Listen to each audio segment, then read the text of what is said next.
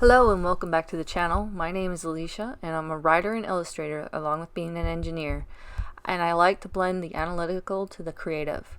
Today I'm going to illustrate a scene from the Chinese Red Riding Hood by Isabella C. Chang. This is found in the book Folk and Fairy Tales, edited by Martin Hallett and Barbara Karasek. I will have a link down below to the books that I mentioned. This story has many other names, from Grandma Wolf and Grandma Tiger in China to Little Red Cat by the Brothers Grimm and Little Red Riding Hood by Charles Perrault. Stories in the vein of Little Red Riding Hood have existed all over the world, from Japan and Korea and China to Germany and France, all over Europe and into the United States. No one has a true ownership of the tale since it's been told for centuries and passed on through oral traditions. It often will get nailed down by someone onto a page, but then it ends up back into the general population where it spreads and changes and grows there. And it can be found in movies, TV shows, illustrations, comic books. There's all sorts of different variations on the Little Red Riding Hood. I'll talk more about those later, but first let me tell you the story. I'm going to paraphrase it so it's not directly from the book to avoid any copyright problems, and I hope you enjoy.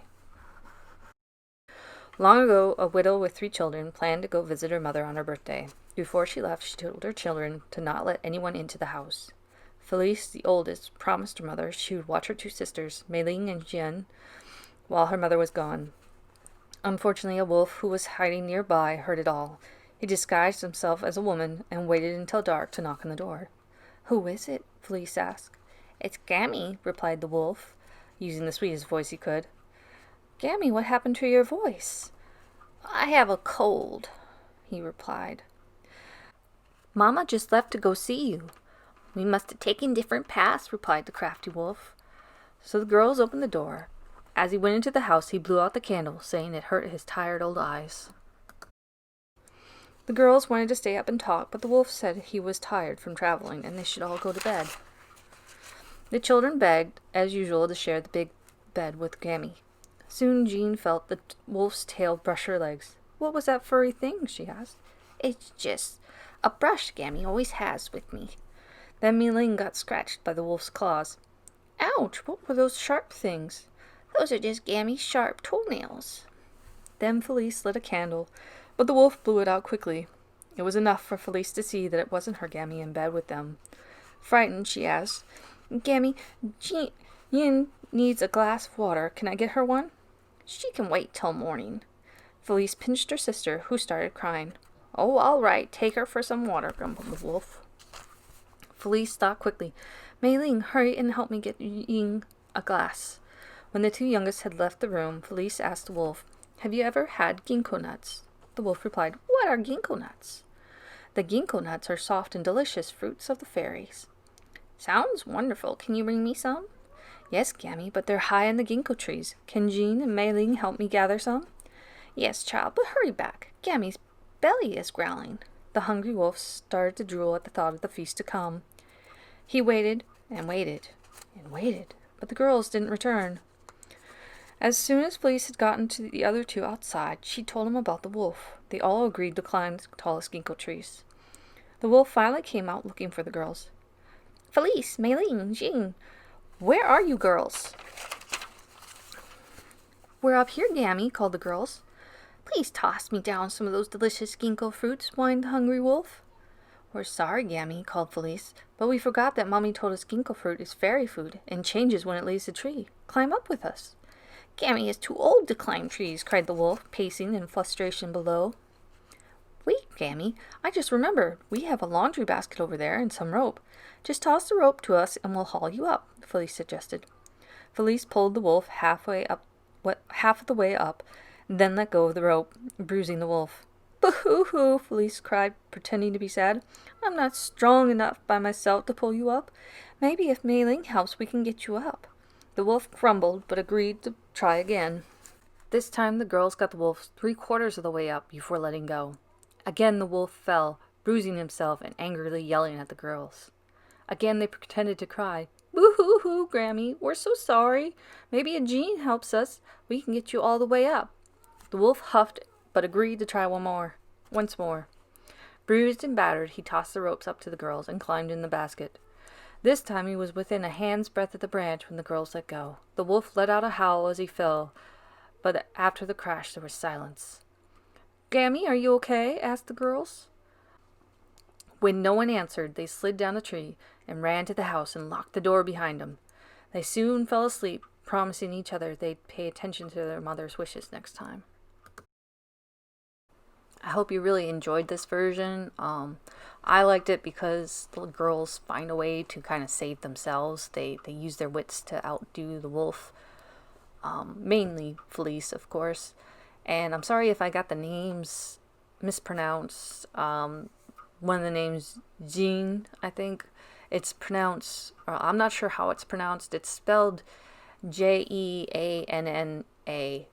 And I'm not sure if that's Jean like Westerners would pronounce it or some other form, and so that kind of got me torn up a bit, and so I apologize for mispronouncing it.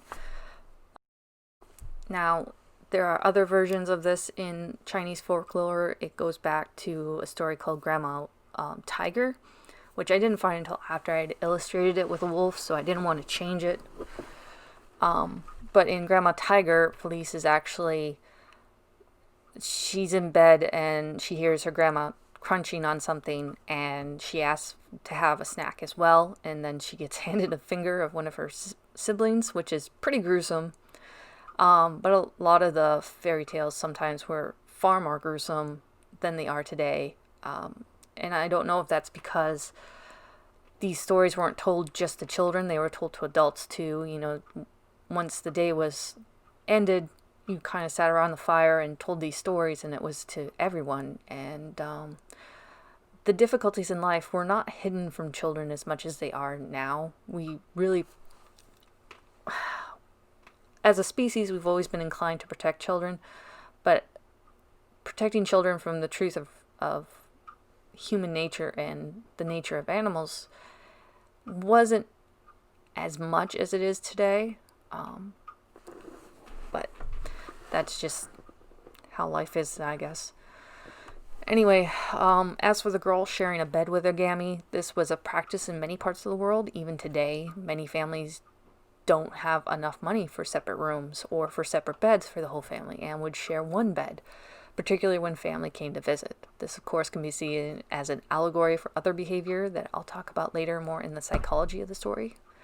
Some might wonder why a mother would let her child stay home alone or send them out into the woods alone, and that was often a necessity because of limited options. And while many families would live close to their family, extended family would live close together, it might not be possible, and leaving the girls safe in a locked house was safer than taking them on a long journey where there might be bandits, other people to be met on the road that could harm a child, animals and whatnot. And in the case of Little Red Cap or Little Red Riding Hood, it's implied that she had taken that trip often and was old enough to be trusted to take it alone. In rural regions, the fears of children going into the woods alone or to be left alone and hurt in horrible ways by animals and people, and there were cases of this that had happened.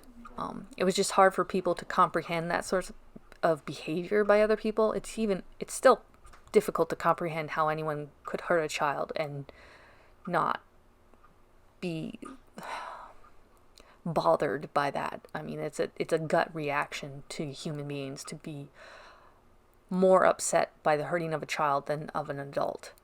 And while it's horrible to do those types of things to children and to adults, it's just somehow worse to children. This is why the story is universal and timeless. And just within the last couple months, there was a team of cops that broke up a ring of traffickers and saved 39 kids from an awful fate in Georgia, which thank God they did. But this is something that happens now and will probably always be with us. So now let's jump over to the psychology of fairy tales and the options for what this story might mean to you. I'm going to explain what it means to me. And these types of things can change within your own lifetime, within just a few months. My opinion of the story has changed. So let's hop on over to that. While I've always found the psychology of fairy tales fascinating, it was only in the last 2 years that I started to use it to study my own subconscious.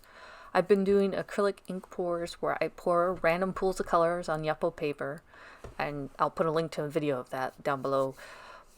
But then I wait, when the ink dries, I look at it from different angles to see what images pop out of me, sort of my own ink test. I would then go back with ink or gouache to push those images to the foreground. I was finding that I often would see either a wolf or a cottage in the glen, and sometimes a little girl with a hood. And I went looking to see what my subconscious was trying to tell me. After much introspection, I finally got a flash of insight while driving home late at night in the rain and heavy traffic. I decided to turn off the radio so I can concentrate on the road, and it just hit me. My wolf, as it were, was connected to social media. Social media is a great tool for artists and authors to connect with their audience on a more personal level. But at the same time, there is a lot of wolves out there that are malicious in their behavior.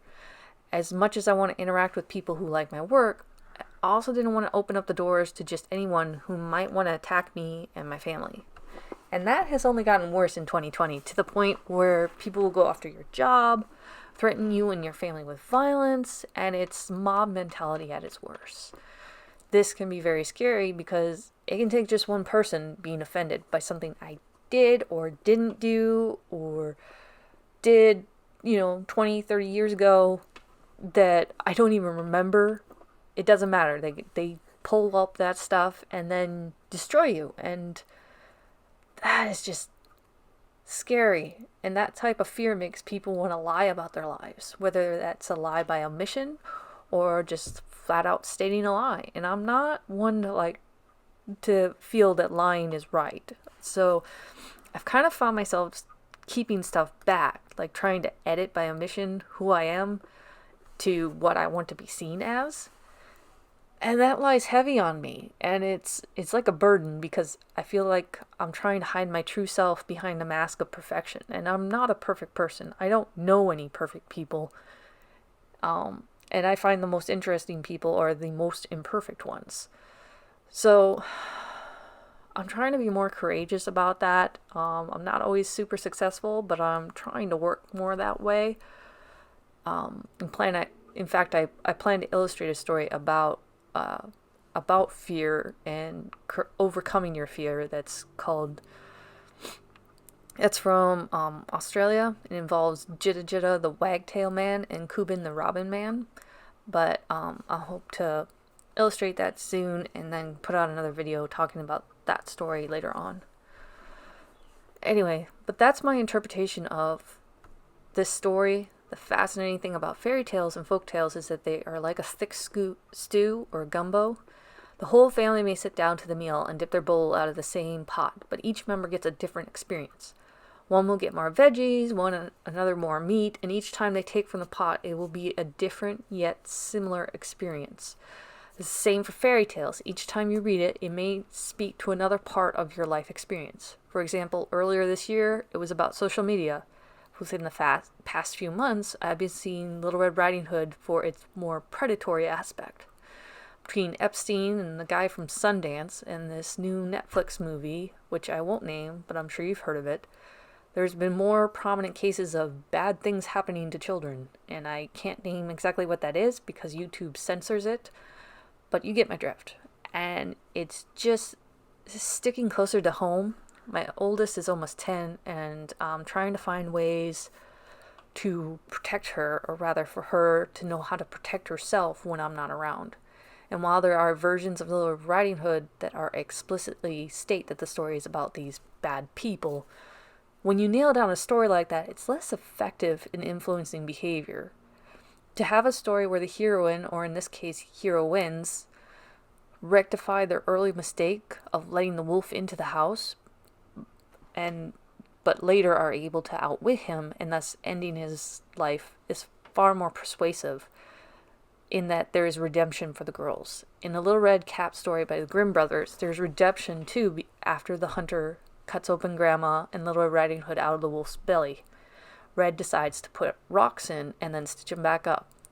Then, when the wolf wakes up and tries to leap away, he falls to his death. In many current stories of Red Riding Hood, this ability for the child to rectify their past mistakes and overcome the monsters themselves is edited out by well-meaning parents and editors and teachers as too gruesome. But that deprives the child of the chance to see that even when they make mistakes, they can overcome their fears and save themselves.